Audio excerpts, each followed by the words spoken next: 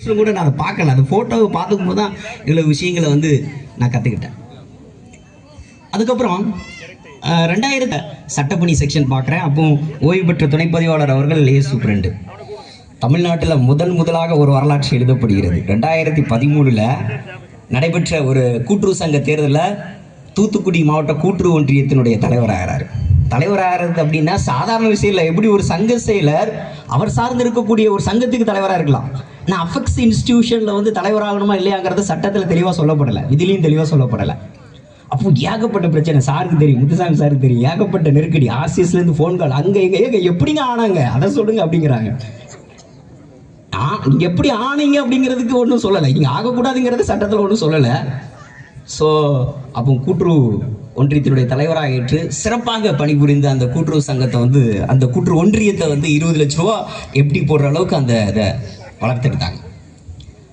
அப்படி போயிட்டு இருக்கும்போது 2018 ஒரு எலெக்ஷன் வருது, கூட்டுறவு சங்க தேர்தல் வருது. நான் டிஆர் ஆஃபீஸில் எலெக்ஷன் சூப்பரண்டாக இருக்கேன்.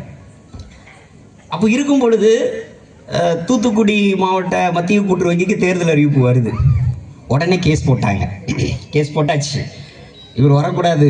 எலெக்ஷன் அறிவிப்பு வருது. அடுத்த நாள் சென்னை மெட்ராஸ் ஹைகோர்ட்டில் மதுரை பெஞ்சில் கேஸ். நான் தான் போகிறேன், கவுண்டர் ரெடி பண்ணிவிட்டு ஜிபிகிட்ட போய் சொல்கிறேன். மேக்ஸிமம் ஆல்மோஸ்ட் எல்லா ஃபேக்ட்ஸும் முடிச்சிட்டோம், 1-2 ஃபேக்ட்ஸ் தான் இருக்குது. அது வந்து கேஸ் இருக்குது, அதனால் இந்த தேர்தல் நம்ம வந்து ரத்து பண்ண முடியாது அப்படிங்கிறத நாங்கள் வந்து முன்னாடி வைக்கிறோம். அந்த வாதத்தை நான் தான் வைக்கிறேன், ஜிபிகிட்ட சொல்லி வைக்கிறேன்.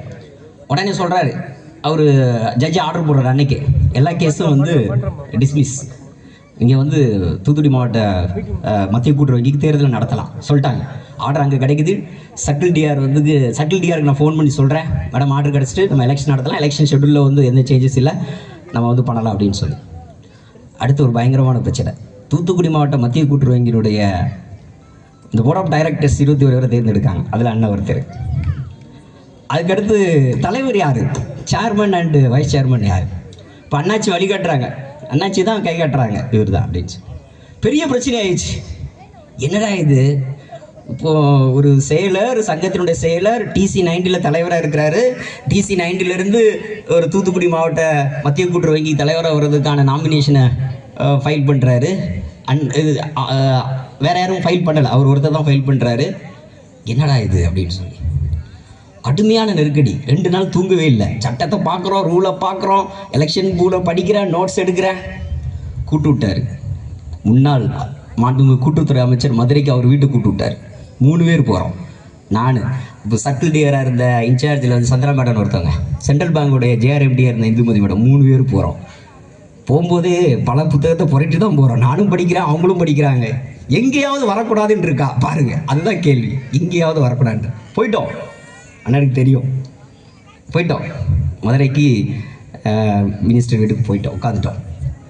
சொல்லுங்கள், பிரச்சனையை சொல்கிறாங்க, பிரச்சனையை சொல்கிறோம், 3 பேர் சொல்கிறோம், இதுதான் அப்படின்னு. சரி, அவர் எல்லாம் கேட்டுட்டு வரக்கூடாது எங்கேயாவது சொல்லியிருக்காங்களாண்ணா? இல்லை, சொல்லலை. சரி, அங்கே தூத்துக்குடி மாவட்டத்தில் என்ன சொல்கிறாங்க? தூத்துக்குடி மாவட்டத்தில் அவங்க என்ன முடிவு எடுக்கிறாங்க, அரசியல் ரீதியாக என்ன முடிவு எடுக்கிறாங்க? இல்லை, அவரை தான் சொல்கிறாங்க. அப்புறம் என்ன ஆக்கிருங்க, முடிஞ்சு போச்சு. அப்புறம் அங்கேருந்து அப்படியே கிளம்புறோம். அப்படியே கிளம்பின உடனே இதை மேட்ரை ரிஜிஸ்ட்ரார் கன்வே பண்ணுறோம். அப்போ கோவிந்தராஜா ஐஎஸ் அப்படின்னு சொல்லி ஒரு கூட்டுறவு சங்கிலியுடைய பதிவாளர் இருந்தார். மேட்ரை வந்து JRMD வந்து அவங்கள்ட்ட பேசுகிறாங்க. அடுத்த நாள் பதவியேற்பு விழா 2019 சென்ட்ரல் பேங்கில் வந்து பதவியேற்பு விழா. காலையில் வரைக்கும் பரபரப்பு, காலையில் வரைக்கும் ரொம்ப பரபரப்பாக இருந்தோம். கடைசியில் ஒரு க்ரீன் சிக்னல் கிடைக்குது. கூட்டுறவு சங்கிலியுடைய பதிவாளர் அவர்கள் ஃபோன் அடிக்கிறாப்புல. ஃபோன் அடித்து, மினிஸ்டர் சொல்லிட்டாங்க, ரூல் இஸ் வெரி கிளியர், சரி அதனால் நீங்கள் என்ன பண்ணுவீங்களோ அதை நீங்கள் பண்ணுங்க அப்படின்ட்டாங்க. 2019 தூத்துக்குடி மாவட்ட மத்திய கூட்டுறவு வங்கியுடைய தலைவரானாங்க. தமிழ்நாட்டிலே எழுதப்படாத ஒரு வரலாறு அங்கே எழுதப்பட்டது. எந்த ஒரு கூட்டுறவு சங்கத்தினுடைய செயலரும் அவர் சார்ந்து இருக்கக்கூடிய சங்கத்தின் செயலராக இருக்கலாம். ஆனால் ஒரு அஃபெக்ஸ் இன்ஸ்டிடியூஷன், ஒரு மாவட்ட லெவலில், ஒரு மாநில லெவலில் நீங்கள் தலைவராகிறது வந்து சாதாரண விஷயம் இல்லை. அந்த வரலாறு அங்கே எழுதப்பட்டது.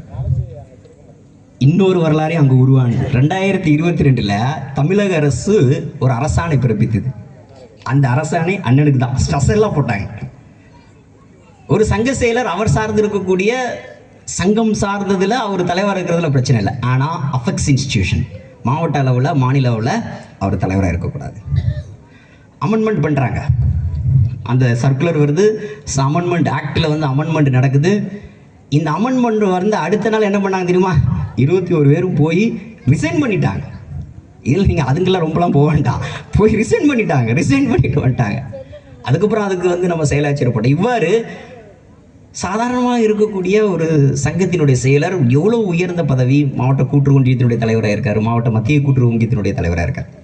அதுக்கப்புறம் 2016 இந்த சங்கம் தொடக்க வேளாண்மை கூட்டுறவு கடன் சங்கம் என்பது நகர கூட்டுறவு கடன் சங்கமாக மாறுது. அதற்கான பைலா அமெண்ட்மெண்ட், அதற்கான ப்ரொவிஷன்ஸ் எல்லாம் போடுறோம். ஏன்னா தொடக்க வேளாண்மை கூட்டுறவு கடன் சங்கம் என்பது நிறைய விவசாயிகளுக்கு அதிகமாக கடன் கொடுக்க வேண்டும். பட் இதில் வந்து விவசாயம் ரொம்ப குறைவு. ஸோ பெட்ரி டேடர்ஸ், மகளிர் சுய உதவி குழுக்கள் என்று பல்வேறு அமைப்பினருக்கு கடன் கொடுப்பதற்காக நகர கூட்டுறவு கடன் சங்கமாக 2016 ஆனது. ஸோ சிறப்பாக செயல்பட்டது. 2005 2006, 2006 தொடர்ந்து நெட் ப்ராஃபிட்ஸ்.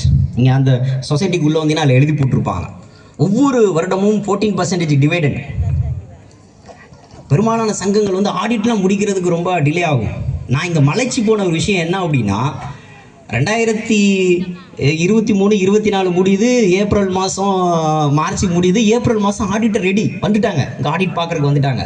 அந்த ஆடிட் புக்கை பார்த்தோன்னா பை சார்ட்டு, பார் சார்ட்டு, இந்த காஸ்ட் அக்கௌண்டிங் மேனேஜ்மெண்ட் அப்படின்னு சொல்லுவாங்க. அதில் ஒரு இதை நீங்கள் டெபாசிட் எவ்வளோ கலெக்ஷன் இருக்குது, லோன் அவுட்ஸ்டாண்டிங் எவ்வளோ இருக்குது அப்படிங்கிறத பார் சார்ட்டு போட்டு, பை சார்ட்டு போட்டு, நான் இதை மாதிரி எங்கேயும் நான் வந்து அந்த ஆடிட்ஸ் ரிப்போர்ட்ஸ் நான் பார்த்ததே இல்லை. முதன்முறையாக நான் பார்த்த ஆடிட் ரிப்போர்ட்ஸ் இப்படி ஒரு ஆடிட் ரிப்போர்ட்டை ரெடி பண்ண முடியுமா? அந்தளவுக்கு ஆடிட் ரிப்போர்ட் கண்ணில் எடுத்து ஒத்தி வச்சுக்கலாம்.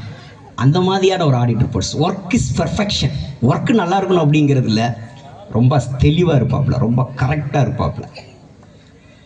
அப்போ 2022 பார்த்தீங்கன்னா இந்த சங்கம் மாநில லெவலில் சிறந்த சங்கமாக பல 100க்கு மேற்பட்ட நகர கூட்டுறவு கடன் சங்கங்கள் செயல்படும் பொழுது மாநில லெவலில் சிறந்த செயல்பாடுக்கான 2022 தமிழக அரசினுடைய சிறந்த நகர கூட்டுறவு கடன் சங்கமாக தேர்ந்தெடுக்கப்பட்டது. அது மட்டும் இல்லை, ஒவ்வொரு வருஷமும் இங்கே நடைபெறக்கூடிய கூட்டுறவு வார விழாவில் இந்த சங்கமானது, வீலவட்டா நகர கூட்டுறவு கடன் சங்கமானது மாவட்ட அளவில் சிறந்த கூட்டுறவு கடன் சங்கமாக தொடர்ந்து பரிசீலனை பெற்றுக்கொண்டே செல்கிறது.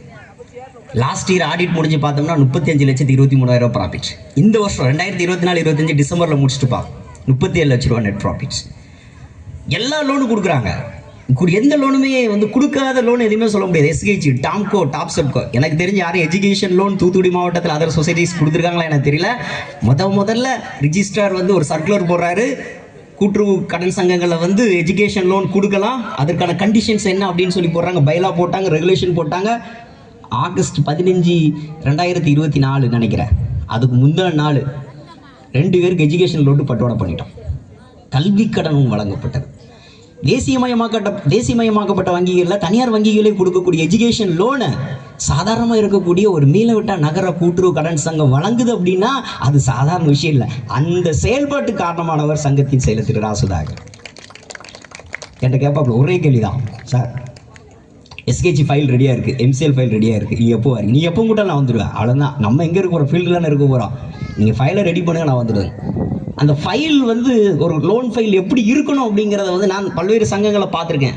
ஆனால் இங்கே இருக்கக்கூடிய ஃபைல் வந்து எல்லாம் ப்ராப்பராக இருக்கும். எல்லாம் சிக்னேச்சர், நோட் சீட் எழுதியிருப்பாங்க, எவ்வளோ அப்ரூவ் பண்ணுறாங்க, அவங்களுடைய எல்லா டீட்டெயில்ஸும், எஸ்கேஜி லோனாக இருக்கலாம், எம்சிஎல் லோனாக இருக்கலாம், எல்லாமே டாக்குமெண்ட் வந்து ரொம்ப பக்காவாக இருக்கும்.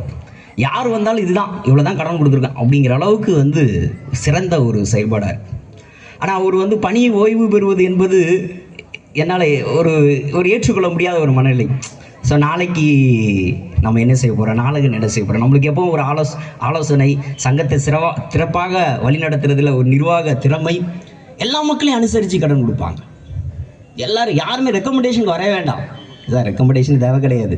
நீங்கள் யார் வராங்க, உங்களுக்கு எலிஜிபிள் இருக்கா, அந்த கடனை அவங்களுக்கு கொடுக்குறது சிறப்பான செயல்பாடு, சிறப்பான ஒரு பணி. அதனால தான் இன்றைக்கி பார்த்தீங்கன்னா இவ்வளோ பேர் வந்திருக்காங்க. அன்றைக்கி நாங்கள் ஒரு 3 நாளைக்கு முன்னாடி கூட கடைசியாக ஒரு 3 எஸ்கேஜி லோனுக்கு வந்து நாங்கள் பட்டுவாடா பண்ணோம். ஒரு 3 எஸ்கேஜி லோன் லாஸ்ட்டாக 1.5 கோடி தான் டார்கெட்டு அச்சீவ் பண்ணிட்டோம். 1.5 கோடி தான் எங்களுக்கு வந்து மகளிர் சுய உதவி கடனுக்கு டார்கெட்டு அச்சீவ் பண்ணுறோம். அப்போ கொடுக்கும்பொழுது நிறையா சொன்னாங்க, சார் நாங்கள் வந்து கண்டிப்பாக அந்த நிகழ்ச்சிக்கு வருவோம். இன்னைக்கு காலையில் கூட சொல்லிட்டு இருந்தாங்க, இன்னும் நீங்கள் கொஞ்ச நாள் போயிருக்கக்கூடாதான். ஒரு பால்காப்பு வீட்டில் 2 போயிட்டு இருந்தோம். அப்போ இன்னும் கொஞ்ச நாள் நீங்கள் சர்வீஸில் இருக்கக்கூடாதா, இன்னும் கொஞ்ச நாள் போகக்கூடாதா. ஸோ ஓய்வு என்பது காலத்தினுடைய கட்டாயம், அது ஓய்வு பெற்று தான் ஆக வேண்டும். ஏன்னா ஓய்வு நேரம் கிடைக்கும் பொழுது அவருடைய குடும்பத்தாருடனும் அதிக நேரம் செலவழிக்கலாம், அவருடைய ஆரோக்கியத்தை மென்மேலும் வந்து பார்த்துக்கொள்ளலாம். ஸோ இப்படி பல்வேறு சாதனைக்கு சொந்தக்காரர். வெறும் சங்கப்பணி மட்டுமல்ல, இங்கே இருக்கக்கூடிய டாக்ஃபியா ஆக்பியாவில் வந்து அவர் எல்லா போஸ்ட்டும் இருக்கார், மாவட்ட செயலாளர், மாவட்ட தலைவர். நிறைய வந்து ஏதாவது ஃபிக்ஸேஷன் போட்டால் எழுதிட்டே இருப்பார். நான் இந்த மீளவிட்டானில் இந்த இப்போ அர்பன் கோஆபரேட் கிரெடிட் சொசைட்டிக்கு ஒரு ஃபிக்ஸேஷன் ரிஜிஸ்டர் சார், அதுக்கு முன்னாடி அவர் டிராஃப்ட் ரெடி பண்ணிட்டாப்ல, சார் இந்த டிராஃப்ட் தான் அங்கே போகுது, இதையும் அவங்க பார்க்க போகிறாங்க.